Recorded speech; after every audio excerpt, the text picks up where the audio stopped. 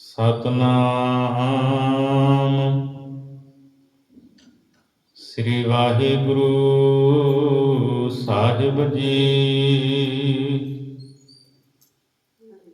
ਬਾਬੇ ਡਿਠੀ ਪਿਰਥਮੀ, ਨਵੈ ਖੰਡ ਜਿੱਥੈ ਤਕ ਆਹੀ। ਬਾਬੇ ਡਿਠੀ ਪਿਰਥਮੀ, ਨਵੈ ਖੰਡ ਜਿੱਥੈ ਤਕ ਆਹੀ। ਫਿਰ ਜਾਏ ਚੜ੍ਹਿਆ ਸੁਮੇਰ ਪਰ, ਸਿੱਧ ਮੰਡਲੀ ਦ੍ਰਿਸ਼ਟੀ ਆਈ। 84 ਸਿੱਧ ਗੋਰਖਾਦ, ਮਨ ਅੰਦਰ ਗਣਤੀ ਵਰਤਾਈ। ਸਿੱਧ ਪੁੱਛਣ ਸੁਣ ਬਾਲਿਆ, ਕੌਣ ਸ਼ਕਤ ਤੋਹਿ ਏਥੇ ਲਿਆਈ। ਹਉ ਜਪਿਆ ਪਰਮੇਸ਼ਰੋ, ਭਾਉ ਭਗਤ ਸੰਗ ਤਾੜੀ ਲਾਈ। ਆਖਣ ਸਿੱਧ ਸੁਣ ਬਾਲਿਆ, ਆਪਣਾ ਨਾਉ ਤੁਮ ਦੇਹੋ ਬਤਾਈ। ਬਾਬਾ ਆਖੇ ਨਾਥ ਜੀ, ਨਾਨਕ ਨਾਮ ਜਪੇ ਗਤ ਪਾਈ। ਨੀਚ ਕਹਾਏ ਊਚ ਘਰ ਆਈ। ਨੀਚ ਕਹਾਏ ਊਚ ਘਰ ਆਈ। ਵਾਹਿਗੁਰੂ ਜੀ ਕਾ ਖਾਲਸਾ, ਵਾਹਿਗੁਰੂ ਜੀ ਕੀ ਫਤਿਹ। ਪਰਮ ਸਤਿਕਾਰਯੋਗ ਚਬਰ ਛਤਰ ਤਖਤ ਦੇ ਮਾਲਕ, ਦਸਾਂ ਪਾਤਸ਼ਾਹੀਆਂ ਦੀ ਜੋਤ ਗੁਰਗੱਦੀ ਤੇ ਬਿਰਾਜਮਾਨ ਧੰਨ ਸ੍ਰੀ ਗੁਰੂ ਗ੍ਰੰਥ ਸਾਹਿਬ ਸੱਚੇ ਪਾਤਸ਼ਾਹ ਜੀ ਦੀ ਪਾਵਨ ਪਵਿੱਤਰ ਹਜ਼ੂਰੀ ਦੇ ਅੰਦਰ ਹਾਜ਼ਰੀਆਂ ਭਰ ਰਹੀ ਗੁਰੂ ਰੂਪ ਸਾਧ ਸੰਗਤ ਜੀ, ਆਓ ਚਿੱਤ ਬਿਰਤੀਆਂ ਨੂੰ ਇਕਾਗਰ ਕਰਦਿਆਂ ਹੋਇਆਂ ਭਾਈ ਗੁਰਦਾਸ ਜੀ ਦੀਆਂ ਵਾਰਾਂ ਦੀ ਚੱਲ ਰਹੀ ਲੜੀਵਾਰ ਵਿਚਾਰ ਦੇ ਨਾਲ ਜੁੜੀਏ। ਅੱਜ ਭਾਈ ਸਾਹਿਬ ਜੀ 28ਵੀਂ ਪੌੜੀ ਤੋਂ, ਜੋ ਪਹਿਲੀ ਵਾਰ ਦੀ 28ਵੀਂ ਪੌੜੀ ਹੈ, ਇੱਥੋਂ ਧੰਨ ਗੁਰੂ ਨਾਨਕ ਸਾਹਿਬ ਸੱਚੇ ਪਾਤਸ਼ਾਹ ਜੀ ਮਹਾਰਾਜ ਸਤਿਗੁਰਾਂ ਦਾ ਜ਼ਿਕਰ ਕਰਦਿਆਂ ਹੋਇਆਂ ਦੱਸਦੇ ਹੈ, ਸੱਚੇ ਪਾਤਸ਼ਾਹ ਜੀ ਨੇ ਇਹ ਜਿਹੜੀ ਧਰਤੀ ਹੈ, ਮਹਾਰਾਜ ਜੀ ਬਹੁਤ ਦੂਰ ਦੂਰ ਤੱਕ ਗਏ, ਪ੍ਰੇਮਾ ਭਗਤੀ ਦਾ ਉਪਦੇਸ਼ ਸੰਸਾਰ ਦੇ ਲੋਕਾਂ ਨੂੰ ਦ੍ਰਿੜ ਕਰਵਾਇਆ। ਫਿਰ ਸੁਮੇਰ ਪਰਬਤ ਤੇ ਸਿੱਧਾਂ ਦੀ ਮੰਡਲੀ ਨੂੰ ਮਿਲਦੇ ਹੈ, ਉਹਨਾਂ ਦੇ ਨਾਲ ਚਰਚਾ ਹੁੰਦੀ ਹੈ। ਸ਼ਬਦ ਦੀ ਬਰਕਤ ਦੇ ਨਾਲ ਸਤਿਗੁਰੂ ਪਾਤਸ਼ਾਹ ਜੀ ਸਿੱਧਾਂ ਦੀ ਮੰਡਲੀ ਨੂੰ ਜਿੱਤਦੇ ਹੈ। ਸੋ ਕੱਲ 27ਵੀਂ ਪੌੜੀ ਦੇ ਵਿੱਚ ਗੁਰੂ ਨਾਨਕ ਸਾਹਿਬ ਸੱਚੇ ਪਾਤਸ਼ਾਹ ਜੀ ਸੂਰਜ ਰੂਪ ਪ੍ਰਗਟੇ, ਆਪ ਜੀ ਨੇ ਸਰਵਣ ਕੀਤਾ ਸੀ। ਆਓ ਇਸ ਤੋਂ ਅੱਗੇ ਪਿਆਰ ਸ਼ਰਧਾ ਦੇ ਨਾਲ ਸਰਵਣ ਕਰੀਏ। ਵਾਹਿਗੁਰੂ ਜੀ। ਬਾਬੇ ਡਿਠੀ ਪਿਰਥਮੀ, ਨਵੈ ਖੰਡ ਜਿੱਥੈ ਤਕ ਆਹੀ। ਭਾਈ ਗੁਰਦਾਸ ਸਾਹਿਬ ਜੀ ਕਥਨ ਕਰਦੇ ਹੈ, ਬਾਬੇ ਦਾ ਅਰਥ ਇੱਥੇ ਗੁਰੂ ਨਾਨਕ ਦੇਵ ਸਾਹਿਬ ਹੈ।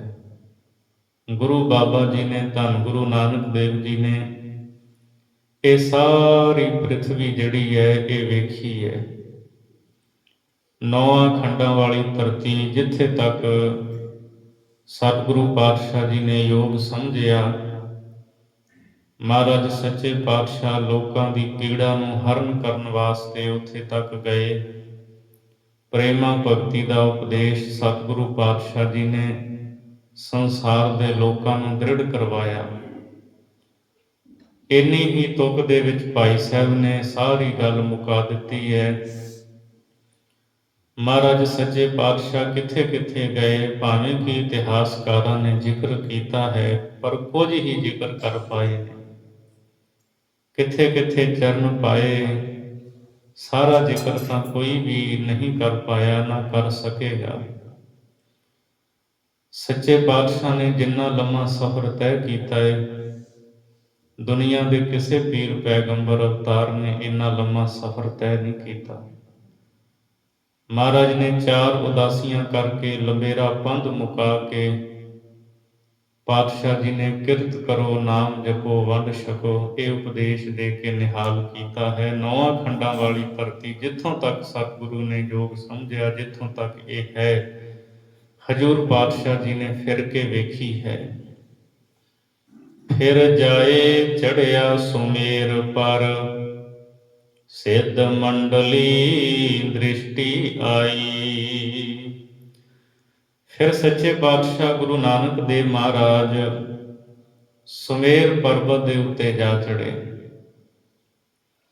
ਜਿੱਥੇ ਸਿੱਧ ਲੋਕ ਰਹਿੰਦੇ ਸਨ, ਸਿੱਧਾਂ ਦੀ ਮੰਡਲੀ ਰਹਿੰਦੀ ਸੀ।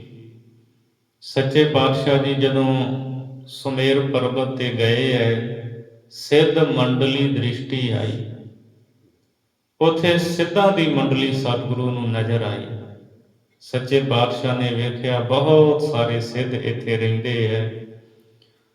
ਸੁਮੇਰ ਪਰਬਤ ਦਾ ਭਾਵ ਇੱਥੇ ਕੈਲਾਸ਼ ਦਾ ਇਲਾਕਾ, ਜਿੱਥੇ ਮਾਨ ਸਰੋਵਰ ਦੀ ਝੀਲ ਹੈ, ਤੇ ਇੱਥੇ ਮਹਾਰਾਜ ਸੱਚੇ ਪਾਤਸ਼ਾਹ ਜੀ ਦੀ ਸਿੱਧਾਂ ਦੇ ਨਾਲ ਗੋਸ਼ਟੀ ਹੁੰਦੀ ਹੈ। ਇੱਥੇ ਭਾਈ ਸਾਹਿਬ ਜੀ ਸਿਰਫ ਟੂਕ ਮਾਤਰ ਜ਼ਿਕਰ ਕਰਨਗੇ। ਬਾਕੀ ਆਪਾਂ ਇਸੇ ਹੀ ਸਟੇਜ ਤੋਂ ਗੁਰੂ ਨਾਨਕ ਪ੍ਰਕਾਸ਼ ਗ੍ਰੰਥ ਦੀ ਕਥਾ ਵੀ ਸਰਵਣ ਕੀਤੀ ਹੈ। ਸਿੱਧਾਂ ਦੇ ਨਾਲ ਸਤਿਗੁਰੂ ਦੀ ਚਰਚਾ ਹੁੰਦੀ ਹੈ, ਔਰ ਇਸੇ ਹੀ ਸਟੇਜ ਤੋਂ ਲੜੀਵਾਰ ਗੁਰਬਾਣੀ ਦੀ ਕਥਾ ਦੇ ਵਿੱਚ ਸਿੱਧ ਗੋਸ਼ਟ ਦੀ ਬਾਣੀ ਵੀ ਸਰਵਣ, ਉਹ ਵੀ ਵਿਚਾਰ ਸਰਵਣ ਕੀਤੀ ਹੈ। ਸੋ ਉੱਥੇ ਬਹੁਤ ਸਾਰੀ ਚਰਚਾ ਜਿਹੜੀ ਹੈ ਉਹ ਆਪਾਂ ਸਰਵਣ ਕਰ ਚੁੱਕੇ ਹਾਂ। ਸੋ ਭਾਈ ਸਾਹਿਬ ਜੀ ਵੀ ਸੰਖੇਪ ਵਿੱਚ ਜ਼ਿਕਰ ਕਰਦੇ ਹੈ। ਮਹਾਰਾਜ ਸੱਚੇ ਪਾਤਸ਼ਾਹ ਜਦ ਸੁਮੇਰ ਪਰਬਤ ਤੇ ਗਏ ਹੈ, ਸਿੱਧਾਂ ਦੀ ਮੰਡਲੀ ਸਤਿਗੁਰੂ ਨੂੰ ਨਜ਼ਰ ਆਈ ਹੈ।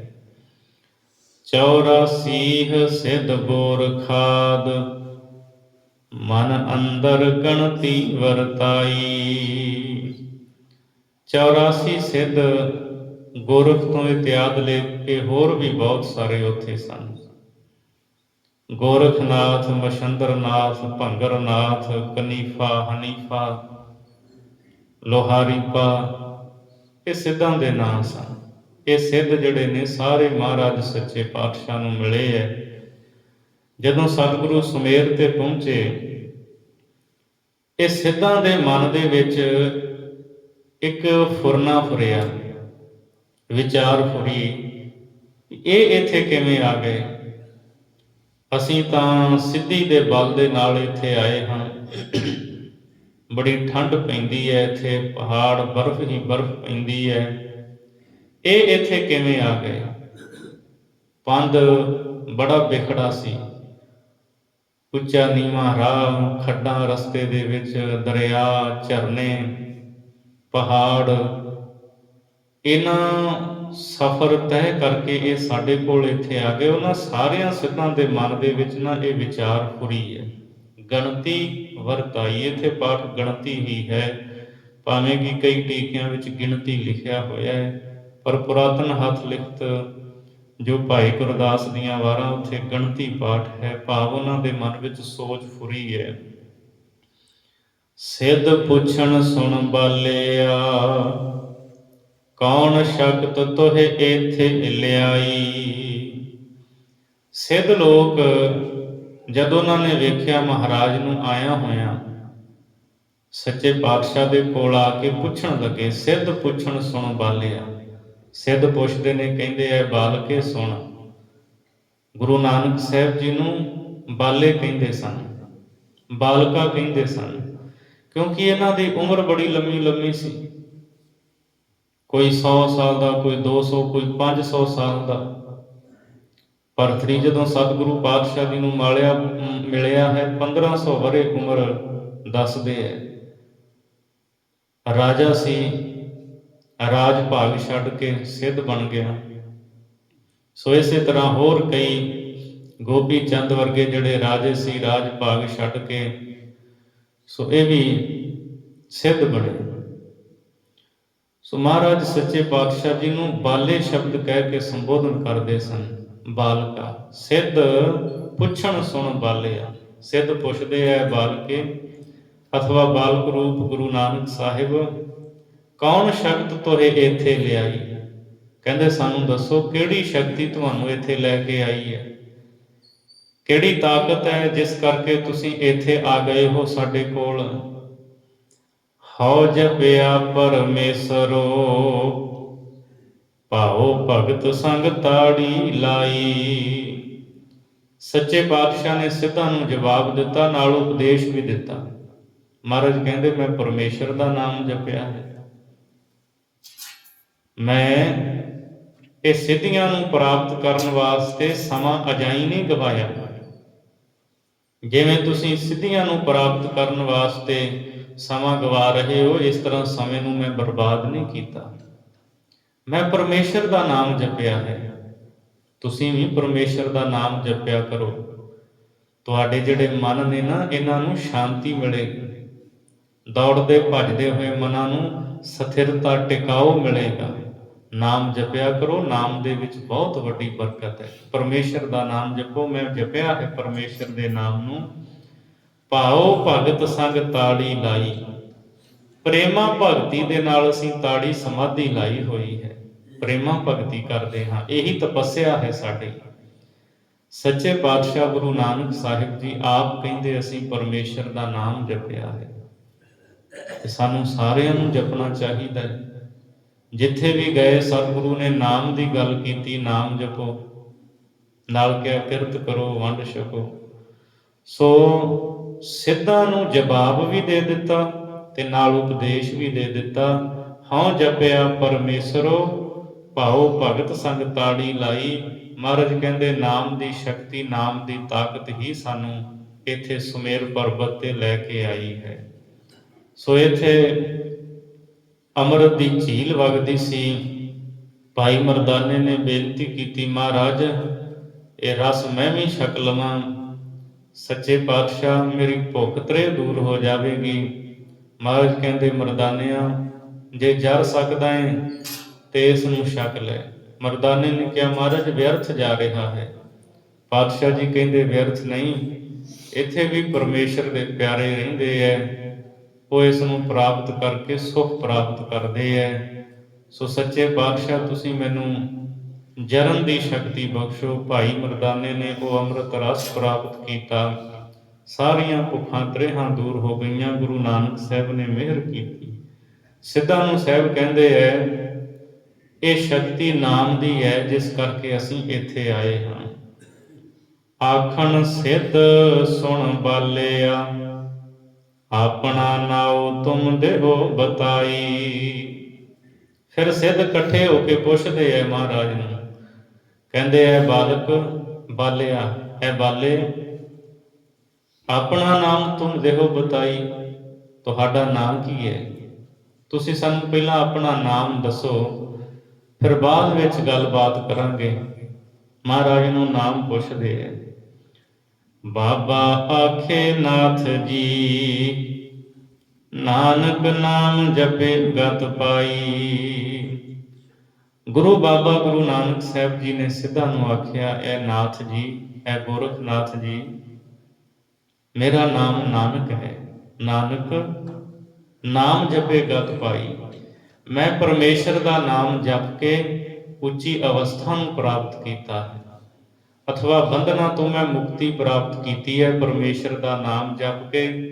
ਤੁਸੀਂ ਆ ਰਿੱਧੀਆਂ ਸਿੱਧੀਆਂ ਦੇ ਬੰਧਨ ਵਿੱਚ ਪਏ ਹੋਏ ਹੋ, ਤੁਸੀਂ ਵੀ ਪਰਮੇਸ਼ਰ ਦਾ ਨਾਮ ਜਪੋ, ਤੁਸੀਂ ਵੀ ਮੁਕਤ ਹੋ ਜਾਓਗੇ। ਮੇਰਾ ਨਾਮ ਨਾਨਕ ਹੈ। ਬੜੇ ਸਤਿਕਾਰ ਦੇ ਨਾਲ ਸਤਿਗੁਰੂ ਨੇ ਸਿੱਧਾਂ ਨੂੰ ਦੱਸਿਆ। ਨੀਚ ਕਹਾਏ ਊਚ ਘਰ ਆਈ।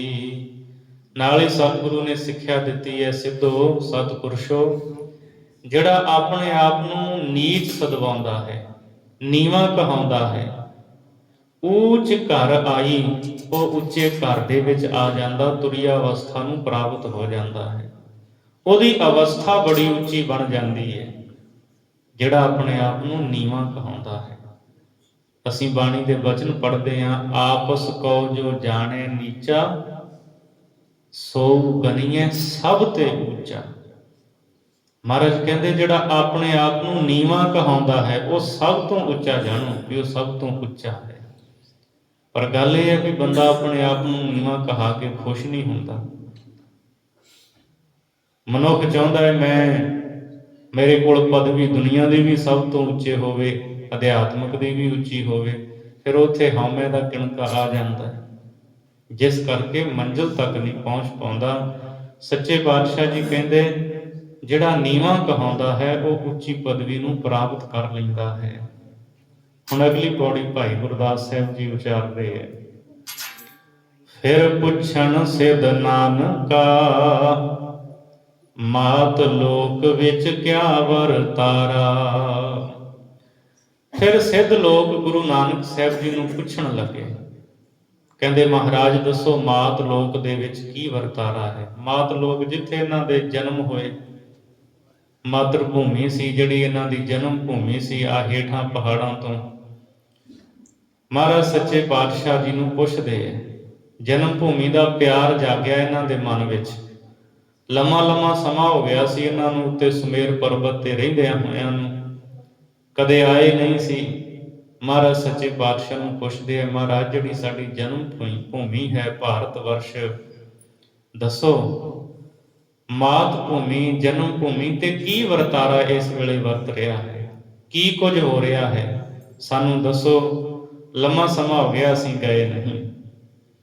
ਸਭ ਸਿੱਧੀ ਇਹ ਬੁੱਝਿਆ, ਕਲ ਧਾਰਨ ਨਾਨਕ ਅਵਤਾਰਾ। ਜਦੋਂ ਮਹਾਰਾਜ ਇਹਨਾਂ ਨੂੰ ਮਿਲੇ ਨੇ, ਸਿੱਧਾਂ ਨੂੰ ਗੱਲਬਾਤ ਹੋਈ ਹੈ, ਸਿੱਧਾਂ ਨੇ ਆਪਣੇ ਮਨ ਵਿੱਚ ਇਹ ਗੱਲ ਜਾਣ ਲਈ ਵੀ ਇਹ ਗੁਰੂ ਨਾਨਕ ਦੇਵ ਜੀ ਕਲਯੁਗ ਦੇ ਵਿੱਚ ਗੁਰੂ ਅਵਤਾਰ ਹੋ ਕੇ ਆਏ ਨੇ, ਇਹ ਸੰਸਾਰ ਦਾ ਭਲਾ ਕਰਨ ਵਾਸਤੇ ਆਏ ਹੈ। ਗੱਲਾਂ ਬਾਤਾਂ ਤੋਂ ਜਾਣ ਲਿਆ ਉਹਨਾਂ ਨੇ, ਪਰ ਸਵਾਲ ਜਵਾਬ ਫਿਰ ਵੀ ਉਹਨਾਂ ਨੇ ਜਾਰੀ ਰੱਖੇ। ਬਾਬੇ ਆਖਿਆ ਨਾਥ ਜੀ, ਸੱਚ ਚੰਦਰਮਾ ਕੂੜ ਅੰਧਾਰਾ। ਜਦੋਂ ਸਿੱਧਾਂ ਨੇ ਪੁੱਛਿਆ ਵੀ ਦੱਸੋ ਸਾਡੀ ਜਿਹੜੀ ਜਨਮ ਭੂਮੀ ਹੈ ਉੱਥੇ ਵਰਤਾਰਾ ਕੀ ਵਰਤ ਰਿਹਾ ਹੈ, ਕਿਵੇਂ ਲੋਕ ਉੱਥੇ ਰਹਿ ਸਹਿ ਰਹੇ ਨੇ, ਕੀ ਕੁਝ ਹੋ ਰਿਹਾ ਹੈ, ਰਾਜਿਆਂ ਦਾ ਕੀ ਕਰਤੱਵ ਹੈ, ਕੀ ਕਰ ਰਹੇ ਨੇ, ਨਿਆਂਕਾਰੀ ਲੋਕ ਜਿਨ੍ਹਾਂ ਨਿਆਂ ਦੇਣਾ ਉਹ ਕੀ ਕਰਦੇ ਪਏ ਹੈ। ਮਹਾਰਾਜ ਨੂੰ ਪੁੱਛਦੇ ਹੈ। ਸੱਚੇ ਪਾਤਸ਼ਾਹ ਗੁਰੂ ਨਾਨਕ ਸਾਹਿਬ ਜੀ ਸਿੱਧਾਂ ਨੂੰ ਦੱਸਦੇ ਹੈ, ਬਾਬੇ ਆਖਿਆ ਨਾਥ ਜੀ। ਮਹਾਰਾਜ ਕਹਿੰਦੇ ਹੈ, ਨਾਥ ਜੀ ਗੋਰਖਨਾਥ ਜੀ ਸੁਣੋ, ਸੱਚ ਚੰਦਰਮਾ। ਪਾਤਸ਼ਾਹ ਜੀ ਕਹਿੰਦੇ ਜਿਹੜਾ ਸੱਚ ਹੈ ਨਾ ਉਹ ਚੰਦਰਮਾ ਹੈ, ਕੂੜ ਅੰਧਾਰਾ, ਜਿਹੜਾ ਕੂੜ ਹੈ ਉਹ ਹਨੇਰਾ ਹੈ। ਤੁਹਾਨੂੰ ਅਸੀਂ ਦ੍ਰਿਸ਼ਟਾਂਤ ਦੇ ਕੇ ਸਮਝਾਉਂਦੇ ਹਾਂ। ਪਹਿਲਾਂ ਇੰਨੀ ਗੱਲ ਸਮਝ ਲਓ ਵੀ ਜਿਹੜਾ ਸੱਚ ਹੈ ਉਹ ਚੰਦਰਮਾ ਹੈ ਤੇ ਜਿਹੜਾ ਕੂੜ ਹੈ, ਝੂਠ ਹੈ, ਉਹ ਅੰਧਾਰਾ ਹਨੇਰਾ ਹੈ। ਕੂੜ ਅਮਾਵਸ ਵਰਤਿਆ, ਹਉ ਭਾਲਣ ਚੜਿਆ ਸੰਸਾਰਾ। ਐਸੇ ਤੋਂ ਕੂੜ ਜਿਹੜਾ ਨਾ ਝੂਠ, ਇਹ ਅਮਾਵਸ ਦੀ ਰਾਤ ਵਾਂਗ ਪਸਰਿਆ ਹੋਇਆ ਹੈ। ਜਿਵੇਂ ਮੱਸਿਆ ਦੀ ਰਾਤ ਪੂਰੀ ਹਨੇਰੀ ਹੁੰਦੀ ਹੈ, ਕਾਲੀ ਹੁੰਦੀ ਹੈ, ਚੰਦਰਮਾ ਹੁੰਦਾ ਹੀ ਨਹੀਂ। ਮਹਾਰਾਜ ਜੀ ਕਹਿੰਦੇ ਇਸ ਤਰ੍ਹਾਂ ਕੂੜ ਹੀ ਕੂੜ ਦੁਨੀਆ ਦੇ ਵਿੱਚ ਵਰਤ ਗਿਆ ਹੈ। ਲੋਕ ਝੂਠੇ ਹੋ ਗਏ ਨੇ, ਝੂਠ ਬੋਲਦੇ ਨੇ। ਕੂੜ ਝੂਠ ਪਦਾਰਥ ਜਿਹੜੇ ਨੇ ਉਹਨਾਂ ਦੇ ਨਾਲ ਹੀ ਜੁੜੇ ਹੋਏ ਨੇ, ਸੱਚ ਦੀ ਕੋਈ ਗੱਲ ਹੀ ਨਹੀਂ ਕਰਦਾ। ਸੱਚ ਨੂੰ ਫਾਂਸੀ ਲਾਈ ਜਾਂਦੀ ਹੈ, ਝੂਠ ਨੂੰ ਤਖਤ ਤੇ ਬਿਠਾਇਆ ਜਾਂਦਾ ਹੈ। ਮਹਾਰਾਜ ਕਹਿੰਦੇ ਆਹ ਕੁਝ ਵਰਤ ਰਿਹਾ ਹੈ। ਕੂੜ ਅਮਾਵਸ ਵਰਤਿਆ, ਹਉ ਭਾਲਣ ਚੜਿਆ ਸੰਸਾਰਾ। ਤੇ ਮੈਂ ਸੰਸਾਰ ਦੇ ਵਿੱਚ ਸੱਚ ਦਾ ਚੰਦਰਮਾ ਲੱਭਣ ਵਾਸਤੇ ਚੜਿਆ ਹਾਂ, ਭਾਵ ਤੁਰ ਫਿਰ ਰਿਹਾ ਹਾਂ, ਵੇਖ ਰਿਹਾ ਹਾਂ ਕਿ ਕਿਤੇ ਕੋਈ ਸੱਚ ਦੀ ਕਿਰਨ ਹੈ ਦੁਨੀਆ ਵਿੱਚ।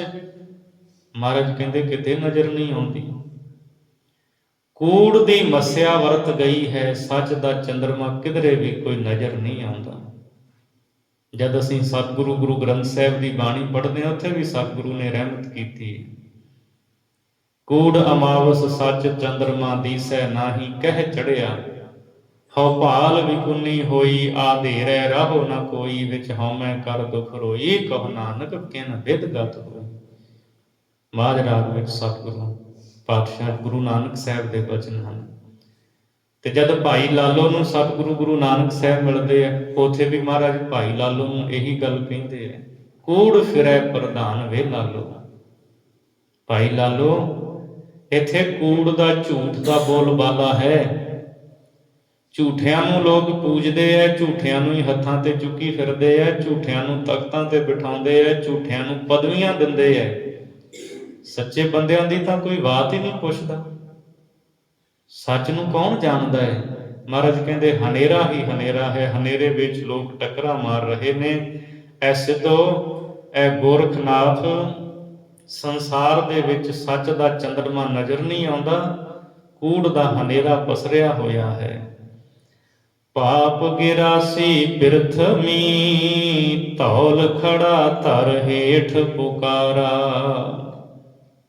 ਸਿੱਧ ਲੋਕੋ, ਧਰਤੀ ਜਿਹੜੀ ਹੈ ਨਾ ਪਾਪਾਂ ਦੇ ਨਾਲ ਗ੍ਰਸੀ ਗਈ ਹੈ।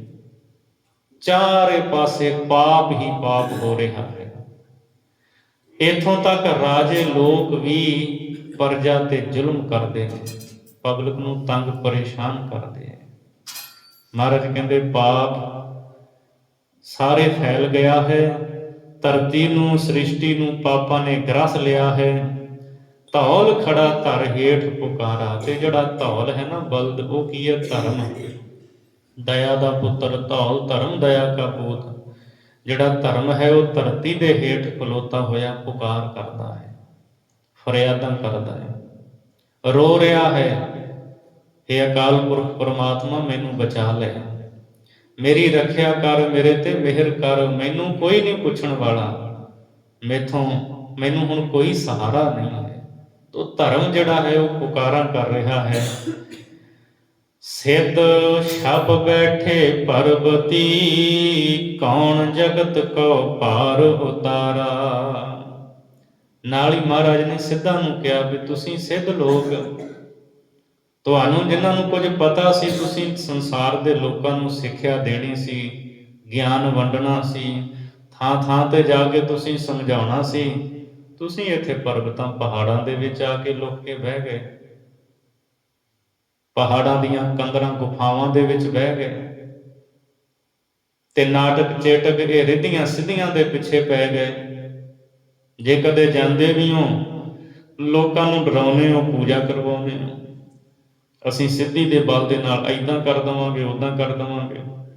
ਮਹਾਰਾਜ ਕਹਿੰਦੇ ਤੁਹਾਡਾ ਕੰਮ ਸੀ, ਤੁਹਾਨੂੰ ਪਤਾ ਸੀ, ਤੁਸੀਂ ਜਾਣਕਾਰ ਸੀ ਬੰਦੇ, ਪਰ ਤੁਸੀਂ ਇੱਥੇ ਪਹਾੜਾਂ ਤੇ ਆ ਕੇ ਛੁਪ ਕੇ ਬੈਠ ਗਏ, ਲੁਕ ਕੇ ਬਹਿ ਗਏ। ਸਿੱਧ ਛਪ ਬੈਠੇ ਪਰਬਤੀ, ਕੌਣ ਜਗਤ ਕੋ ਪਾਰ ਉਤਾਰਾ। ਦੱਸੋ ਜਗਤ ਨੂੰ ਕਿਸਨੇ ਸੰਸਾਰ ਭੌਜਲ ਤੋਂ ਪਾਰ ਕਰਨਾ ਸੀ? ਸੰਸਾਰ ਦੇ ਲੋਕਾਂ ਨੂੰ ਸਿੱਧੇ ਰਾਹ ਤੇ ਪਾ ਕੇ, ਕਿੰਨੇ ਪ੍ਰੇਮਾ ਭਗਤੀ ਦੇ ਵਿੱਚ ਲਾ ਕੇ ਉਹਨਾਂ ਦਾ ਜੀਵਨ ਸਫਲ ਕਰਨਾ ਸੀ।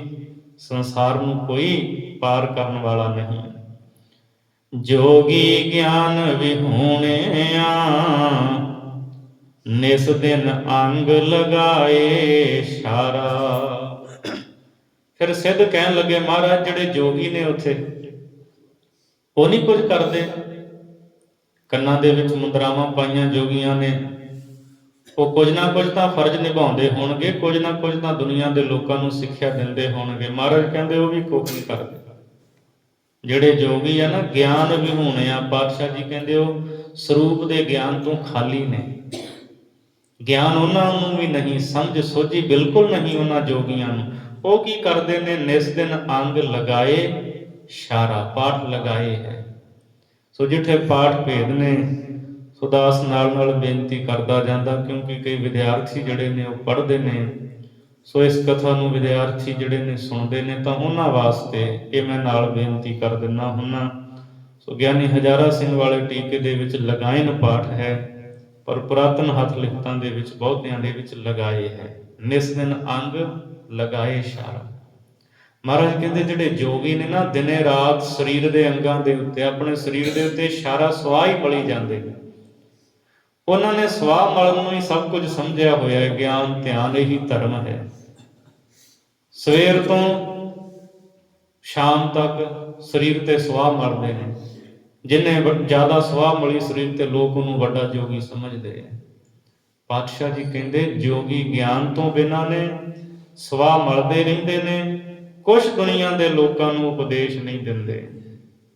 ਬਾਜ ਗੁਰੂ ਡੁੱਬਾ ਜਗ ਸਾਰਾ, ਗੁਰੂ ਤੋਂ ਬਿਨਾਂ ਸਾਰਾ ਜਗਤ ਹੀ, ਸਾਰਾ ਸੰਸਾਰ ਹੀ ਡੁੱਬਿਆ ਹੈ।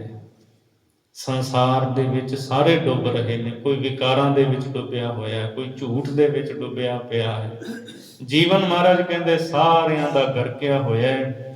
ਇਸ ਤਰ੍ਹਾਂ ਸੱਚੇ ਪਾਤਸ਼ਾਹ ਜੀ ਉਹਨਾਂ ਸਿੱਧਾਂ ਨੂੰ ਜਾਣਕਾਰੀ ਦੇ ਰਹੇ ਨੇ ਵੀ ਤੁਸੀਂ ਆਪਣੀ ਮਾਤ ਭੂਮੀ ਨੂੰ ਛੱਡ ਕੇ ਉੱਚੇ ਪਹਾੜਾਂ ਤੇ ਆ ਬੈਠੇ ਹੋ, ਉੱਥੇ ਜਾ ਕੇ ਵੇਖੋ ਪਾਪ ਹੀ ਪਾਪ ਪਸਰ ਗਿਆ ਚਾਰੇ ਪਾਸੇ। ਹੁਣ ਅਗਲੀ ਪੌੜੀ ਵਿੱਚ ਭਾਈ ਗੁਰਦਾਸ ਜੀ ਕਥਨ ਕਰਦੇ ਨੇ, ਕਲ ਆਈ ਕੁੱਤੇ ਮੁਹੀ, ਹਾਜ ਹੋਇਆ ਮੁਰਦਾਰ ਗੁਸਾਈ। ਫਿਰ ਸਿੱਧਾਂ ਨੇ ਹੋਰ ਪੁੱਛਿਆ ਮਹਾਰਾਜ ਸੱਚੇ ਪਾਤਸ਼ਾਹ ਜੀ ਨੂੰ, ਕਹਿੰਦੇ ਸੱਚੇ ਪਾਤਸ਼ਾਹ ਤੁਸੀਂ ਬੜਾ ਲੰਮਾ ਚੱਕਰ ਲਾਇਆ ਹੈ, ਥਾਵਾਂ ਥਾਵਾਂ ਤੇ ਫਿਰੇ ਹੋ, ਮਹਾਰਾਜ ਹੋਰ ਦੱਸੋ ਕੀ ਕੁਝ ਹੋ ਰਿਹਾ ਹੈ। ਤਾਂ ਗੁਰੂ ਨਾਨਕ ਸਾਹਿਬ ਜੀ ਨਾਲ ਸਿੱਧਾਂ ਨੂੰ ਦੱਸਦੇ ਐ, ਨਾਲ ਹੀ ਮਹਾਰਾਜ ਜੀ ਅਕਾਲ ਪੁਰਖ ਪ੍ਰਮਾਤਮਾ ਦੇ ਸਨਮੁਖ ਕਹਿੰਦੇ ਐ ਵੀ ਹੇ ਪ੍ਰਭੂ ਵੇਖੋ ਕੈਸਾ ਵਰਤਾਰਾ ਵਰਤ ਰਿਹਾ ਹੈ। ਕਲ ਆਈ ਕੁੱਤੇ ਮੁਹੀ, ਮਹਾਰਾਜ ਕਹਿੰਦੇ ਸਿੱਧੋ ਇਹ ਕਲਯੁਗ ਆਇਆ ਹੈ। ਕੁੱਤੇ ਮੁਹੀ, ਤੇ ਕਲਯੁਗ ਦੀ ਜਿਹੜੀ ਕਿਰਿਆ ਹੈ ਨਾ ਉਹ ਕੁੱਤੇ ਮੁਹੀ ਹੋ ਗਈ ਹੈ। ਕੁੱਤੇ ਮੁਹੀ ਭਾਵ ਜਿਹੜਾ ਕੁੱਤਾ ਹੈ ਨਾ, ਉਹ ਜਿਵੇਂ ਜੂਠੇ ਭਾਂਡੇ ਵਿੱਚ ਮੂੰਹ ਪਾਉਂਦਾ ਹੈ, ਉਹਨੂੰ ਪਤਾ ਨਹੀਂ ਖਾਜ ਅਖਾਜ ਦਾ। ਕਲਯੁਗ ਦੀ ਜਿਹੜੀ ਕਿਰਿਆ ਹੈ ਉਹ ਕੁੱਤੇ ਮੂੰਹੀ ਹੋ ਗਈ ਹੈ, ਭਾਵ ਹਰ ਪਾਸੇ ਮੂੰਹ ਮਾਰਨ ਵਾਲੀ ਹੋ ਗਈ ਹੈ। ਤੇ ਇਹਨਾਂ ਦਾ ਜਿਹੜਾ ਖਾਜ ਹੈ ਨਾ, ਖਾਣਾ, ਖਾਜ ਹੋਇਆ ਮੁਰਦਾਰ ਗੁਸਾਈ, ਉਹ ਮੁਰਦਾਰ ਹੋ ਗਿਆ। ਝੂਠ, ਝੂਠ ਬੋਲ ਕੇ ਖਾਂਦੇ ਐ, ਝੂਠ ਬੋਲ ਕੇ ਹੀ ਕਮਾਈ ਕਰਦੇ ਐ।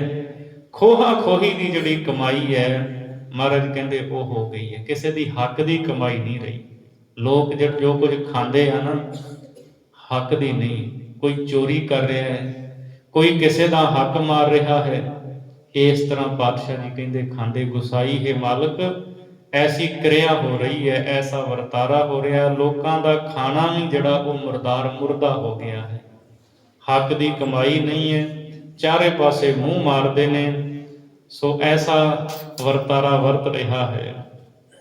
ਫਿਰ ਸਿੱਧਾਂ ਨੇ ਮਹਾਰਾਜ ਸੱਚੇ ਪਾਤਸ਼ਾਹ ਨੂੰ ਪੁੱਛਿਆ, ਕਹਿੰਦੇ ਤੁਸੀਂ ਇਹ ਦੱਸੋ ਵੀ ਜੇ ਇੰਨਾ ਕੁਝ ਹੋ ਰਿਹਾ ਹੈ, ਪਾਪ ਹੋ ਰਹੇ ਨੇ, ਧੱਕਾ ਹੋ ਰਿਹਾ ਹੈ, ਤਾਕਤ ਵਾਲਾ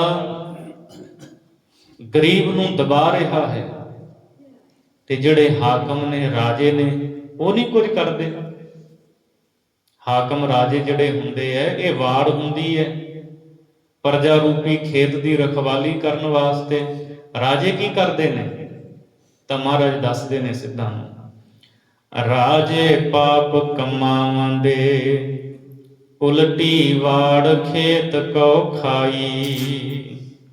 ਪਾਤਸ਼ਾਹ ਜੀ ਕਹਿੰਦੇ ਸਿੱਧੋ ਜਿਹੜੇ ਰਾਜੇ ਲੋਕ ਨੇ ਨਾ, ਤੁਸੀਂ ਰਾਜਿਆਂ ਦੀ ਗੱਲ ਕਰਦੇ ਹੋ ਕਿ ਰਾਜੇ ਪ੍ਰਜਾ ਦੀ ਰੱਖਿਆ ਕਰਨੇ, ਇੱਥੇ ਰਾਜੇ ਹੀ ਪਾਪ ਕਮਾਉਂਦੇ ਨੇ। ਰਾਜੇ ਤਾਂ ਸਭ ਤੋਂ ਵੱਧ ਜ਼ੁਲਮ ਕਰਦੇ ਨੇ। ਜਦ ਅਸੀਂ ਗੁਰੂ ਨਾਨਕ ਸਾਹਿਬ ਜੀ ਦੇ ਪ੍ਰਕਾਸ਼ ਤੋਂ ਆਉਣ ਦੀ ਪਹਿਲਾਂ ਦੀ ਗੱਲ ਕਰਦੇ ਹਾਂ ਨਾ, ਬਹੁਤ ਜ਼ੁਲਮ ਹੋਇਆ, ਬਹੁਤ ਜ਼ਿਆਦਾ ਜ਼ੁਲਮ ਪ੍ਰਜਾ ਤੇ ਹੋਇਆ। ਹਜ਼ਾਰਾਂ ਦੀ ਗਿਣਤੀ ਦੇ ਵਿੱਚ ਇੱਕ ਖਾਸ ਕੌਮ ਨੂੰ ਨਿਸ਼ਾਨਾ ਬਣਾ ਕਰਕੇ ਅੱਗ ਲਾ ਕਰਕੇ ਸਾੜ ਦਿੱਤਾ ਗਿਆ। ਇੱਥੋਂ ਦੇ ਮੰਦਰਾਂ ਨੂੰ ਢਹਿ ਢੇਰੀ ਕਰਕੇ ਉੱਥੇ ਮਸੀਤਾਂ ਉਸਾਰ ਦਿੱਤੀਆਂ ਗਈਆਂ। ਹਜ਼ਾਰਾਂ ਬ੍ਰਾਹਮਣ ਜਿਹੜੇ ਸੀ ਉਹਨਾਂ ਨੂੰ ਬੰਦ ਕਰਕੇ ਅੱਗ ਲਾ ਕਰਕੇ ਸਾੜ ਦਿੱਤਾ ਗਿਆ। ਇੰਨਾ ਜ਼ੁਲਮ ਹੋਇਆ ਪ੍ਰਜਾ ਦੇ ਉੱਤੇ। ਮਹਾਰਾਜ ਕਹਿੰਦੇ ਰਾਜੇ ਉਹ ਆਪ ਪਾਪ ਕਰਦੇ ਆ, ਲੋਕਾਂ ਦਾ ਜਿਹੜਾ ਹੱਕ ਉਹਨਾਂ ਨੂੰ ਦਿੰਦੇ ਹੀ ਨਹੀਂ ਹੈ। ਕਦੇ ਟੈਕਸ ਰੂਪ ਵਿੱਚ, ਕਦੀ ਕਿਸੇ ਰੂਪ ਦੇ ਵਿੱਚ ਉਹਨਾਂ ਦੀ ਕਮਾਈ ਖੋਹਦੇ ਹੈ। ਉਲਟੀ ਵਾੜ ਖੇਤ ਕਉ ਖਾਈ, ਜਿਹੜਾ ਖੇਤ ਹੁੰਦਾ ਨਾ, ਖੇਤ ਦੇ ਵਿੱਚ ਫਸਲ ਉਗਦੀ ਹੈ, ਪਸ਼ੂਆਂ ਤੋਂ ਉਸ ਫਸਲ ਦੀ ਰੱਖਿਆ ਕਰਨ ਲਈ ਖੇਤ ਦੇ ਦੁਆਲੇ ਵਾੜ ਲਾਈ ਜਾਂਦੀ ਹੈ। ਪਹਿਲਾਂ ਨਾ ਜਿਹੜੀਆਂ ਕੰਡਿਆਂ ਵਾਲੀਆਂ ਝਾੜੀਆਂ ਹੁੰਦੀਆਂ ਸੀ, ਖੇਤ ਦੇ ਦੁਆਲੇ ਰੱਖਦੇ ਸੀ। ਅੱਜ ਕੱਲ੍ਹ ਲੋਕ ਕੰਡੇ ਵਾਲੀ ਤਾਰ ਲਾਉਂਦੇ ਆ। ਮਹਾਰਾਜ ਕਹਿੰਦੇ ਉਸ ਵਾੜ ਨੇ ਖੇਤ ਦੀ ਰੱਖਿਆ ਕਰਨੀ ਹੁੰਦੀ ਹੈ, ਪਰ ਰਾਜੇ ਜਿਹੜੇ ਹੁੰਦੇ ਆ ਨਾ, ਉਹ ਪਰਜਾ ਰੂਪੀ ਖੇਤ ਦੀ ਵਾੜ ਹੁੰਦੇ। ਰਾਜੇ ਹੀ ਜ਼ੁਲਮ ਕਰਨ ਲੱਗ ਪਏ, ਵਾੜ ਹੀ ਖੇਤ ਨੂੰ ਖਾਣ ਲੱਗ ਪਈ, ਤੇ ਫਿਰ ਰੱਖਿਆ ਕਿਹਨੇ ਕਰਨੀ ਸੀ? ਕਿਹੜੇ ਰਾਜਿਆਂ ਦੀ ਤੁਸੀਂ ਗੱਲ ਕਰਦੇ ਹੋ? ਇੱਥੇ ਧਰਮੀ ਕੋਈ ਨਹੀਂ, ਇੱਥੇ ਰਾਜੇ ਵੀ ਪਾਪੀ ਨੇ। ਪਰਜਾ ਅੰਧੀ ਗਿਆਨ ਬਿਨ, ਕੂੜ ਕੁਸਤ ਮੁਖਹੁ ਆਲਾਈ। ਪਰਜਾ ਜਿਹੜੀ ਹੈ ਉਹ ਗਿਆਨ ਤੋਂ ਬਿਨਾਂ ਅੰਨੀ ਹੈ। ਪਰਜਾ ਨੂੰ ਕੋਈ ਸਮਝ ਨਹੀਂ, ਸੋਝੀ ਨਹੀਂ। ਇਹੀ ਤਾਂ ਕਾਰਨ ਹੈ, ਭਾਵੇਂ ਅੱਜ ਵੀ ਹਾਕਮਾਂ ਦੇ ਕੋਲੋਂ ਪਰਜਾ ਜਿਹੜੀ ਹੈ ਉਹ ਜ਼ੁਲਮ ਸਹਾਰ ਰਹੀ ਹੈ। ਭਾਵੇਂ ਕਿ ਅੱਜ ਦਾ ਸਮਾਂ ਡੈਮੋਕ੍ਰੇਸੀ ਹੈ, ਤੁਸੀਂ ਵੋਟ ਦੇ ਨਾਲ ਬਦਲ ਸਕਦੇ ਹੋ, ਪਰ ਨਹੀਂ ਸਮਝਦੇ ਲੋਕ। ਚੰਦ ਪੈਸਿਆਂ ਦੀ ਖਾਤਰ ਲੋਕ ਸ਼ਰਾਬ ਦੀ ਬੋਤਲ ਤੇ ਵਿਕ ਜਾਂਦੇ ਆ। 500 ਨੂੰ, 1000 ਨੂੰ ਵੋਟ ਵਿਕਦੀ ਹੈ, ਸ਼ਰੇਆਮ ਵਿਕਦੀ ਹੈ ਦੁਨੀਆ ਵਿੱਚ। ਸਭ ਕੁਝ ਹੋ ਰਿਹਾ ਹੈ। ਚਲੋ ਉਦੋਂ ਤਾਂ ਸੀ ਡਿਕਟੇਟਰਸ਼ਿਪ, ਉਹ ਜ਼ਮਾਨਾ ਵੱਖਰਾ ਸੀ। ਮਹਾਰਾਜ ਕਹਿੰਦੇ ਜਿਹੜੀ ਪਰਜਾ ਹੈ ਨਾ, ਲੋਕ ਇਹਨਾਂ ਨੂੰ ਵੀ ਗਿਆਨ ਨਹੀਂ, ਸਮਝ ਨਹੀਂ, ਸੋਝੀ ਨਹੀਂ, ਇਹ ਇਕੱਠੇ ਹੀ ਨਹੀਂ ਹੁੰਦੇ। ਬਾਬਰ ਥੋੜੇ ਜਿਹੇ ਸਿਪਾਹੀਆਂ ਨੂੰ ਲੈ ਕੇ ਆਉਂਦਾ ਹੈ, ਸਾਰੇ ਹਿੰਦੁਸਤਾਨ ਨੂੰ ਗੁਲਾਮ ਬਣਾ ਕੇ ਚਲਿਆ ਜਾਂਦਾ ਹੈ, ਲੁੱਟਦਾ ਹੈ, ਫਿਰ ਦਿੱਲੀ ਦੇ ਤਖਤ ਤੇ ਬਹਿ ਜਾਂਦਾ ਹੈ। ਲੋਕਾਂ ਦੀ ਗਿਣਤੀ ਲੱਖਾਂ ਵਿੱਚ ਹੈ। ਉਹ ਆਪਣਾ ਫਰਜ਼ ਨਹੀਂ ਸੀ ਸਮਝਦੇ। ਜੇ ਸਾਡੇ ਵਿੱਚ ਏਕਾ ਹੁੰਦਾ, ਜੇ ਅਸੀਂ ਸ਼ਸਤਰ ਫੜ ਕੇ ਇਹਨਾਂ ਦੇ ਸਾਹਮਣੇ ਖੜ ਜਾਂਦੇ, ਤੇ ਬਾਬਰ ਦੀਆਂ ਫੌਜਾਂ ਦੀ ਕੀ ਮਜਾਲ ਸੀ ਵੀ ਉਹ ਟੱਕਰਾ ਕਰ ਸਕਦੀਆਂ। ਮਹਾਰਾਜ ਕਹਿੰਦੇ ਪਰਜਾ ਨੂੰ ਵੀ ਗਿਆਨ ਨਹੀਂ ਹੈਗਾ, ਇਹ ਵੀ ਸਾਰੇ ਗਿਆਨ ਤੋਂ ਖਾਲੀ ਹਨ, ਅੰਨੇ ਹਨ। ਕੂੜ ਕੁਸਤ ਮੁਖਹੁ ਆਲਾਈ, ਪਰਜਾ ਵੀ ਮੂੰਹ ਤੋਂ ਝੂਠ ਬੋਲਦੀ ਹੈ। ਔਰ ਕੁਸਤ ਇਸੇ ਤਰ੍ਹਾਂ, ਕੁਸਤ ਦਾ ਭਾਵ ਅਰਥ ਵੀ ਝੂਠ ਹੀ ਹੈ। ਝੂਠੇ ਪਦਾਰਥਾਂ ਨੂੰ ਪ੍ਰਾਪਤ ਕਰਨ ਵਾਸਤੇ ਬੋਲ ਬੋਲਦੀ ਹੈ, ਕੁਧਰਮ ਵਾਲੇ ਬੋਲ ਬੋਲਦੀ ਹੈ ਪਰਜਾ ਵੀ। ਚੇਲੇ ਸਾਜ ਵਜਾਏ ਦੇ, ਨੱਚਨ ਗੁਰੂ ਬਹੁਤ ਵਿਦ ਭਾਈ। ਫਿਰ ਸਿੱਧ ਪੁੱਛਣ ਲੱਗੇ ਮਹਾਰਾਜ, ਜਿਹੜੇ ਗੁਰੂ ਕਹਾਉਂਦੇ ਨੇ ਆਪਣੇ ਆਪ ਨੂੰ, ਉਹ ਲੋਕ ਕਿੱਥੇ ਨੇ? ਪਾਤਸ਼ਾਹ ਜੀ ਕਹਿੰਦੇ ਉਹਨਾਂ ਦੀ ਵੀ ਸੁਣ ਲਵੋ। ਉਹ ਰਾਸ ਪਾਉਂਦੇ ਨੇ, ਤੇ ਉਹਨਾਂ ਦੇ ਜਿਹੜੇ ਚੇਲੇ ਨੇ ਉਹ ਸਾਜ਼ ਵਜਾਉਂਦੇ ਨੇ, ਤੇ ਜਿਹੜੇ ਉਹਨਾਂ ਦੇ ਗੁਰੂ ਨੇ ਉਹ ਸਟੇਜਾਂ ਦੇ ਉੱਤੇ ਨੱਚਦੇ ਨੇ। ਰਾਸ ਧਾਰੀਏ ਜਿਹੜੇ ਰਾਸ ਪਾਉਂਦੇ ਹੁੰਦੇ ਸੀ, ਕ੍ਰਿਸ਼ਨ ਅਤੇ ਗੋਪੀਆਂ ਬਣ ਕੇ ਨਾ। ਅੱਜ ਵੀ ਕਈਆਂ ਥਾਵਾਂ ਤੇ ਕਿਸੇ ਨੇ ਕ੍ਰਿਸ਼ਨ ਬਣ ਜਾਣਾ, ਕਿਸੇ ਨੇ ਰਾਧਿਕਾ ਗੋਪੀ ਬਣ ਜਾਣਾ, ਤੇ ਸਟੇਜਾਂ ਦੇ ਉੱਤੇ ਉਹਨਾਂ ਨੇ ਨਾ ਨੱਚ ਕੇ ਵਿਖਾਉਣਾ। ਮਹਾਰਾਜ ਜੀ ਕਹਿੰਦੇ ਉਹ ਰਾਸ ਪਾਉਣ ਦੇ ਵਿੱਚ ਲੱਗੇ ਹੋਏ ਨੇ। ਸਿਰਫ ਮਕਸਦ ਉਹਨਾਂ ਦਾ ਵੀ ਮਾਇਆ ਤੱਕ ਹੀ ਹੈ, ਵੀ ਲੋਕ ਗਿਆਨ ਨੂੰ ਪ੍ਰਾਪਤ ਕਰਕੇ ਸਮਝਣ। ਇਸ ਦੇ ਪਾਸੇ ਤਾਂ ਕਿਸੇ ਦਾ ਧਿਆਨ ਹੀ ਨਹੀਂ ਹੈ। ਜਿਹੜੇ ਚੇਲੇ ਨੇ ਉਹ ਸਾਜ਼ ਵਜਾਉਂਦੇ ਨੇ, ਜਿਹੜੇ ਉਹਨਾਂ ਦੇ ਗੁਰੂ ਨੇ ਉਹ ਨੱਚਦੇ ਨੇ ਬਹੁਤ ਤਰ੍ਹਾਂ। ਚੇਲੇ ਬੈਠਨ ਘਰਾਂ ਵਿੱਚ, ਗੁਰ ਉੱਠ ਘਰੀ ਤਿਨਾੜੇ ਜਾਈ। ਇੱਥੇ ਵੀ ਪਾਠ ਚੇਲੇ ਹੈ, ਕਈਆਂ ਥਾਵਾਂ ਤੇ ਸੇਵਕ ਵੀ ਆਉਂਦਾ ਹੈ। ਸੇਵਕ ਬੈਠਣ ਘਰਾਂ ਵਿੱਚ, ਭਾਵ ਅਰਥ ਇੱਕੋ ਹੀ ਹੈ। ਸਾਹਿਬ ਜੀ, ਭਾਈ ਗੁਰਦਾਸ ਸਾਹਿਬ ਕਹਿੰਦੇ ਚੇਲੇ ਬੈਠਣ ਘਰਾਂ ਵਿੱਚ। ਜਿਹੜੇ ਚੇਲੇ ਨੇ ਉਹ ਘਰਾਂ ਵਿੱਚ ਬੈਠਦੇ ਨੇ। ਗੁਰ ਉੱਠ ਘਰੀ ਤਿਨਾੜੇ ਜਾਈ, ਤੇ ਜਿਹੜੇ ਗੁਰੂ ਨੇ ਨਾ, ਗੁਰੂ ਕਹਾਉਂਦੇ, ਉਹ ਉੱਠ ਕੇ ਚੇਲਿਆਂ ਦੇ ਘਰੇ ਜਾਂਦੇ ਆ ਵੀ ਤੁਹਾਨੂੰ ਇੱਥੇ ਹੀ ਨਾਮ ਮੰਤਰ ਦੇ ਜਾਂਦੇ, ਇੱਥੇ ਹੀ ਤੁਹਾਨੂੰ ਮੰਤਰ ਦੇ ਜਾਂਦੇ। ਚੇਲੇ ਜਿਹੜੇ ਨੇ ਨਾ, ਉਹਨਾਂ ਕੋਲ 4 ਛਿਲਣਾ ਨੇ, 4 ਪੈਸੇ ਨੇ, ਤੇ ਜਿਹੜੇ ਗੁਰੂ ਕਹਾਉਂਦੇ ਐ, ਉਹ ਉਹਨਾਂ ਚੇਲਿਆਂ ਤੋਂ ਮਾਇਆ ਧਨ ਪ੍ਰਾਪਤ ਕਰਨ ਦੇ ਵਾਸਤੇ ਕਹਿੰਦੇ ਕੋਈ ਨਾ, ਤੁਹਾਨੂੰ ਆਉਣ ਦੀ ਲੋੜ ਨਹੀਂ, ਅਸੀਂ ਤੁਹਾਡੇ ਕੋਲ ਹੀ ਘਰੇ ਆਉਣੇ ਆ। ਚਾਹੀਦਾ ਤਾਂ ਇਹ ਸੀ ਵੀ ਜੇ ਕੋਈ ਹੁੰਦਾ ਪੂਰਨ ਤੇ ਚੇਲੇ ਚੱਲ ਕੇ ਉਹਦੇ ਕੋਲ ਆਉਂਦੇ, ਪਰ ਮਹਾਰਾਜ ਕਹਿੰਦੇ ਇੱਥੇ ਗੱਲ ਉਲਟੀ ਹੈ। ਗੁਰੂ ਆਪ ਚੱਲ ਕੇ ਚੇਲਿਆਂ ਕੋਲ ਜਾਂਦੇ ਆ ਵੀ ਲਿਆਓ, ਤੁਸੀਂ ਸਾਨੂੰ ਮਾਇਆ ਦੇ ਗੱਫੇ ਦਿਓ ਤੇ ਅਸੀਂ ਤੁਹਾਨੂੰ ਮੰਤਰ ਦਿੰਨੇ ਆ। ਆਹ ਹਾਲ ਹੈ। ਗਿਆਨ ਦੀ ਗੱਲ ਤਾਂ ਕਿਸੇ ਪਾਸੇ ਹੋ ਹੀ ਨਹੀਂ ਰਹੀ। ਫਿਰ ਸਿੱਧ ਪੁੱਛਦੇ ਆ ਮਹਾਰਾਜ ਗੁਰੂ ਨਾਨਕ ਸਾਹਿਬ ਜੀ ਨੂੰ, ਕਹਿੰਦੇ ਪਾਤਸ਼ਾਹ ਇਹ ਦੱਸੋ, ਜਦੋਂ ਸਮਾਜ ਦੇ ਵਿੱਚ ਇੰਨਾ ਕੁਝ ਵਰਤ ਰਿਹਾ ਹੈ, ਫਿਰ ਜਿਹੜੇ ਨਿਆਂਕਾਰੀ ਬੰਦੇ ਨੇ, ਨਿਆਂ ਕਰਨ ਵਾਲੇ, ਉਹ ਸੱਦ ਕੇ ਤਲਬ ਕਰਕੇ ਨਿਆਂ ਕਿਉਂ ਨਹੀਂ ਕਰਦੇ? ਮਹਾਰਾਜ ਕਹਿੰਦੇ ਉਹਨਾਂ ਦਾ ਵੀ ਸੁਣ ਲਵੋ। ਕਾਜੀ ਹੋਏ ਰਿਸ਼ਵਤੀ, ਵੱਡੀ ਲੈ ਕੇ ਹੱਕ ਗਵਾਈ। ਕਾਜੀ ਲੋਕ ਜਿਹੜੇ ਨੇ ਨਾ, ਜਿਨ੍ਹਾਂ ਦਾ ਉਸ ਵਕਤ ਕੰਮ ਸੀ ਨਿਆਂ ਕਰਨਾ, ਜਦੋਂ ਵੀ ਕਿਸੇ ਦੇ ਉੱਤੇ ਜ਼ੁਲਮ ਹੁੰਦਾ ਜਾਂ ਕਿਸੇ ਨਾਲ ਧੱਕਾ ਹੁੰਦਾ, ਤਾਂ ਇਹ ਅਦਾਲਤ ਵਿੱਚ ਸੱਦ ਕੇ ਫੈਸਲਾ ਕਰਨਾ ਹੁੰਦਾ ਸੀ ਇਹਨਾਂ ਨੇ, ਤੇ ਸੱਚ ਦਾ ਪੱਖ ਲੈਣਾ ਹੁੰਦਾ ਸੀ ਵੀ ਇਹ ਬੰਦਾ ਸੱਚਾ ਹੈ, ਇਹਦੇ ਤੇ ਜ਼ੁਲਮ ਹੋਇਆ ਹੈ। ਪਰ ਜਿਹੜੇ ਕਾਜੀ ਸਨ, ਉਹ ਵੱਡੀ ਲੈ ਕੇ ਹੱਕ ਹੀ ਗਵਾ ਦਿੰਦੇ। ਜੱਜ ਜਿਹੜੇ ਸੀ ਨਾ ਉਸ ਵਕਤ, ਜਿਵੇਂ ਅੱਜ ਕੱਲ੍ਹ ਜੱਜ ਫੈਸਲਾ ਸੁਣਾਉਂਦਾ, ਉਦੋਂ ਕਾਜੀ ਸਾਰਾ ਕੁਝ ਕਰਦੇ ਹੁੰਦੇ ਸੀ, ਅਦਾਲਤਾਂ ਲੱਗਦੀਆਂ ਸਨ। ਕਾਜੀ ਵੀ ਮਹਾਰਾਜ ਕਹਿੰਦੇ ਰਿਸ਼ਵਤੀ ਹੋ ਗਏ। ਕਾਜੀ ਵੀ ਖਰੀਦ ਲੈ ਲੋਕਾਂ ਨੇ, ਧਨ ਪੈਸੇ ਦੇ ਲਾਲਚ ਵਿੱਚ ਨਾ, ਉਹਨਾਂ ਨੂੰ ਅੱਗੋਂ ਪਿੱਛੋਂ ਪੈਸੇ ਦੇ ਕੇ, ਤੇ ਜਦੋਂ ਉਹਨਾਂ ਅਦਾਲਤ 'ਚ ਬਹਿਣਾ ਤੇ ਜਿੰਨੇ ਪੈਸੇ ਵੱਧ ਦੇ ਦਿੱਤੇ, ਉਹਦੇ ਪੱਖ ਦੀ ਗੱਲ ਕਰ ਦਿੰਦੇ ਹੈ। ਕਹਿੰਦੇ ਵੀ ਆਹ ਬੰਦਾ ਸੱਚਾ ਹੈ, ਭਾਵੇਂ ਉਹ ਹੋਵੇ ਝੂਠਾ। ਆਹ ਹਾਲ ਸਤਿਗੁਰੂ ਜੀ ਕਹਿੰਦੇ ਬਣ ਗਿਆ ਹੈ। ਗੁਰਬਾਣੀ ਦੇ ਵਿੱਚ, ਗੁਰੂ ਗ੍ਰੰਥ ਸਾਹਿਬ ਵਿੱਚ ਵੀ ਸਤਿਗੁਰੂ ਨੇ ਥਾਂ ਥਾਂ ਤੇ ਜ਼ਿਕਰ ਕੀਤਾ ਹੈ।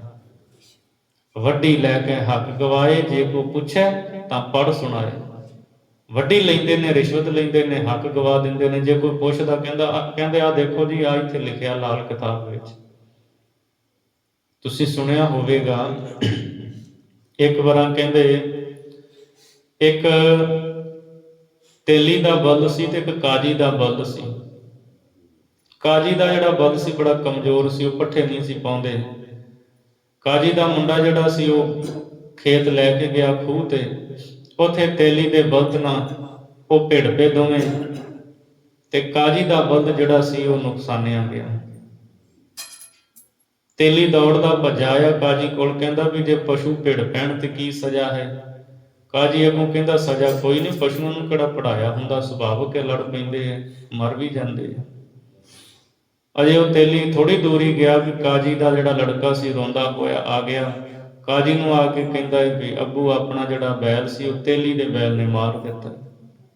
ਉਹ ਕਹਿੰਦਾ ਸੱਦੋ ਤੇਲੀ ਨੂੰ। ਤੇਲੀ ਨੂੰ ਸੱਦਿਆ ਗਿਆ ਤੇ ਆਪਣੇ ਲੜਕੇ ਨੂੰ ਕਹਿੰਦਾ ਲਿਆ ਫੜਾ ਹਾਂ ਨਿਆਂ ਵਾਲੀ ਲਾਲ ਕਿਤਾਬ ਕੀ ਕਹਿੰਦੀ ਆ। ਚੱਕ ਕੇ, ਲੋਕਾਂ ਨੂੰ ਪੜ੍ਹਨਾ ਨਹੀਂ ਸੀ ਆਉਂਦਾ, ਗਿਆਨੀ ਸੀ ਉਹ, ਕਹਿੰਦਾ ਜੀ ਇਸ ਲਾਲ ਕਿਤਾਬ ਵਿੱਚ ਲਿਖਿਆ ਹੋਇਆ ਨਾਲ ਬਲਦ ਦਾ ਬਲਦ ਤੇ 50 ਰੁਪਏ ਨਾਲ 5 ਰੁਪਏ ਨਾਲ ਵਧਣਗੇ। ਆਪਣੇ ਕੋਲੋਂ ਹੀ ਗੱਲਾਂ ਬਣਾ ਲੈਣੀਆਂ। ਤਾਂ ਕਾਜੀ ਜਿਹੜੇ ਸੀ ਇਸ ਤਰ੍ਹਾਂ ਦਾ ਫੈਸਲੇ ਸੁਣਾਉਂਦੇ ਸੀ। ਸੱਚ ਤੇ ਝੂਠ ਦਾ ਉਹ ਨਿਤਾਰਾ ਨਹੀਂ ਸੀ ਕਰਦੇ। ਮਹਾਰਾਜ ਕਹਿੰਦੇ ਕਾਜੀ ਹੋਏ ਰਿਸ਼ਵਤੀ, ਵੱਡੀ ਲੈ ਕੇ ਹੱਕ ਗਵਾਈ। ਇਸਤਰੀ ਪੁਰਖੈ ਧਾਮ ਹਿਤ, ਭਾਵੈ ਆਏ ਕਿਥਾਊ ਜਾਈ। ਹੁਣ ਇਸਤਰੀ ਤੇ ਪੁਰਸ਼, ਪਤੀ ਤੇ ਪਤਨੀ ਦੀ ਗੱਲ ਵੀ ਗੁਰੂ ਨਾਨਕ ਸਾਹਿਬ ਨੇ ਸਿੱਧਾਂ ਨੂੰ ਦੱਸੀ। ਮਹਾਰਾਜ ਕਹਿੰਦੇ ਇਹਨਾਂ ਵਿੱਚ ਵੀ ਪਿਆਰ ਨਹੀਂ ਰਿਹਾ, ਮੁਹੱਬਤ ਨਹੀਂ ਰਹੀ। ਇਸਤਰੀ ਪੁਰਖੈ ਦਾਮ ਹਿਤ, ਦਾਮ ਸਿਰਫ ਪੈਸੇ ਦਾ ਪਿਆਰ ਹੈ ਇਹਨਾਂ ਵਿੱਚ ਵੀ। ਜੇ ਗਰੀਬੀ ਆ ਗਈ ਪਤੀ ਤੇ ਪਤਨੀ ਕਹਿੰਦੀ ਮੈਂ ਚੱਲੀ ਐ ਛੱਡ ਕੇ, ਐਸੀ ਗੱਲਬਾਤ ਮਹਾਰਾਜ ਕਹਿੰਦੇ ਵਰਤ ਰਹੀ ਹੈ। ਸਿਰਫ ਧਨ ਦੌਲਤ ਤੇ ਪੈਸੇ ਨੂੰ ਹੀ ਲੋਕਾਂ ਨੇ ਮੁੱਖ ਬਣਾਇਆ ਹੋਇਆ ਹੈ। ਜੀਵਨ ਨਹੀਂ ਹੈ, ਕਿਰਦਾਰ ਨਹੀਂ ਹੈ। ਜੀਵਨ ਦੇ ਵਿੱਚ ਉੱਚੇ ਸੁੱਚੇ ਗੁਣ ਜਿਹੜੇ ਨੇ ਉਹ ਖੰਭ ਲਾ ਕੇ ਹੀ ਉੱਡ ਗਏ। ਇਸਤਰੀ ਪੁਰਸ਼ ਦਾ, ਪਤੀ ਪਤਨੀ ਦਾ ਵੀ ਪਿਆਰ ਸਿਰਫ ਪੈਸੇ ਦਾ ਰਹਿ ਗਿਆ ਹੈ। ਭਾਵੇਂ ਆਏ ਕਿਥਾਉ ਜਾਈ, ਭਾਵੇਂ ਕੋਈ ਜਿੱਥੇ ਮਰਜ਼ੀ ਜਾਵੇ ਆਵੇ, ਕੋਈ ਕਿਸੇ ਨੂੰ ਪੁੱਛਦਾ ਨਹੀਂ। ਥਾਂ ਕੁ ਥਾਂ ਜਿੱਥੇ ਮਰਜ਼ੀ ਕੋਈ ਚਲਿਆ ਜਾਵੇ, ਜਿੱਥੇ ਕੋਈ ਮਰਜ਼ੀ ਆਵੇ, ਇੱਕ ਦੂਜੇ ਤੋਂ ਲੋਕ ਘਿਰਣਾ ਕਰਦੇ ਐ। ਔਰ ਪਤੀ ਪਤਨੀ ਸਿਰਫ ਪੈਸੇ ਦੀ ਖਾਤਰ ਇੱਕ ਦੂਜੇ ਦੇ ਨਾਲ ਜੁੜੇ ਹੋਏ ਨੇ। ਸੱਚਾ ਪਿਆਰ ਤੇ ਸੱਚੀ ਮੁਹੱਬਤ ਜਿਹੜੀ ਹੈ, ਮਹਾਰਾਜ ਕਹਿੰਦੇ ਉਹ ਨਹੀਂ ਰਹਿ ਗਈ। ਵਰਤਿਆ ਪਾਪ ਸਭਸ ਜਗ ਮਾਹੀ, ਸਾਰੇ ਜਗਤ ਦੇ ਵਿੱਚ ਪਾਪ ਵਰਤ ਗਿਆ ਹੈ। ਰਾਜੇ ਤੋਂ ਲੈ ਕੇ ਪ੍ਰਜਾ ਤੱਕ ਮਹਾਰਾਜ ਕਹਿੰਦੇ ਸਾਰੇ ਇੱਕੋ ਜਿਹੇ ਹੀ ਨੇ, ਘੱਟ ਕੋਈ ਵੀ ਨਹੀਂ। ਪਤੀ ਪਤਨੀ ਨਾ ਉਹਨਾਂ ਵਿੱਚ ਪਿਆਰ ਹੈ। ਕਾਜ਼ੀਆਂ ਨੇ ਆਪਣਾ ਫਰਜ਼ ਭੁਲਾ ਦਿੱਤਾ, ਧਨ ਲੈ ਕੇ ਫੈਸਲਾ ਉਲਟ ਕਰ ਦਿੰਦੇ ਨੇ। ਰਾਜੇ ਜਿਹੜੇ ਨੇ ਉਹ ਪ੍ਰਜਾ ਤੇ ਜ਼ੁਲਮ ਕਰਦੇ ਨੇ। ਜਿਹੜੇ ਗੁਰੂ ਕਹਾਉਂਦੇ ਨੇ ਉਹ ਚੇਲਿਆਂ ਕੋਲ ਧਨ ਲੈ ਕੇ ਨੱਚੀ ਜਾਂਦੇ ਨੇ, ਰਾਸਾਂ ਪਾਉਂਦੇ ਨੇ। ਤੋ ਪਾਤਸ਼ਾਹ ਜੀ ਕਹਿੰਦੇ ਇੱਥੇ ਤਾਂ ਪੰਜਾਬੀ 'ਚ ਕਹਿੰਦੇ ਨਾ ਆਵਾ ਹੀ ਉਤਿਆ ਹੋਇਆ, ਸਾਰਾ ਹੀ ਮਹਾਰਾਜ ਕਹਿੰਦੇ ਸਾਰੇ ਪਾਸੇ ਪਾਪ ਹੀ ਪਾਪ ਜਿਹੜੇ ਨੇ ਉਹ ਵਰਤ ਚੁੱਕੇ ਨੇ। ਇਸ ਤਰ੍ਹਾਂ ਸੱਚੇ ਪਾਤਸ਼ਾਹ ਗੁਰੂ ਨਾਨਕ ਸਾਹਿਬ ਜੀ ਨੇ ਸਿੱਧਾਂ ਨੂੰ ਸਾਰੀ ਇਹ ਜਾਣਕਾਰੀ ਦਿੱਤੀ ਹੈ ਵੀ ਤੁਸੀਂ ਲੋਕੇ ਬੈਠੇ ਹੋ, ਇੱਥੇ ਵੇਖੋ ਕੀ ਕੁਝ ਹੋ ਰਿਹਾ ਹੈ। ਸੋ ਇੱਥੋਂ ਤੱਕ ਵਿਚਾਰਾਂ ਕਰਦੇ ਹਾਂ। ਭੁੱਲਾਂ ਦੀ ਖਿਮਾ ਬਖਸ਼ਣੀ, ਅਗਾਂ ਵਾਸਤੇ ਸੁਮਤ ਬਖਸ਼ਣੀ ਜੀ। ਇਸਤਰੀ ਪੁਰਖ ਹੈ ਦਾਮ ਹਿਤ, ਭਾਵੈ ਆਏ ਕਿਥਾਉ ਜਾਈ। ਵਰਤਿਆ ਪਾਪ ਸਭਸ ਜਗ ਮਾਹੀ। ਵਾਹਿਗੁਰੂ ਜੀ ਕਾ ਖਾਲਸਾ, ਵਾਹਿਗੁਰੂ ਜੀ ਕੀ ਫਤਿਹ। ਤੋ ਠਾਕੁਰ ਤਮ ਪਾਇ ਅਰਦਾਸ, ਜਿਉ ਪਿੰਡ ਸਭ ਤੇਰੀ ਰਾਸ। ਤੂੰ ਮਾਤ ਪਿਤਾ ਵਰਕ ਤੇਰੇ, ਤੁਮਰੀ ਕਿਰਪਾ ਮੈਂ ਸੁਖ ਕਨੇਰ। ਜੀ ਕੋਈ ਨ ਜਾਣੇ ਤੁਮਰਾ ਅੰਤ, ਉਜੇ ਤੇਰੇ ਉਚਾ ਬਦਵੰਤ। ਸਗਲ ਸਮਾਗਰੀ ਤੁਮਰਾ ਸੂਤਰ ਧਾਰੀ, ਤੁਮ ਤੇ ਹੋਏ ਸੁਆਗਿਆਕਾਰੀ। ਜੀ ਤੁਮਰੀ ਗਤ ਨਿਤ ਤੁਮਹੀ ਜਾਣੀ, ਨਾਨਕ ਦਾਸ ਸਦਾ ਕੁਰਬਾਨ। ਤੁਧ ਆਗੇ ਅਰਦਾਸ ਮਾਰੀ, ਜਿਉ ਪਿੰਡ ਸਭ ਤੇਰਾ ਵਾਹਿਗੁਰੂ। ਕਹੁ ਨਾਨਕ ਸਭ ਤੇਰੀ ਵਡਿਆਈ, ਕੋਈ ਨਾਮ ਨ ਜਾਣੇ ਮੇਰਾ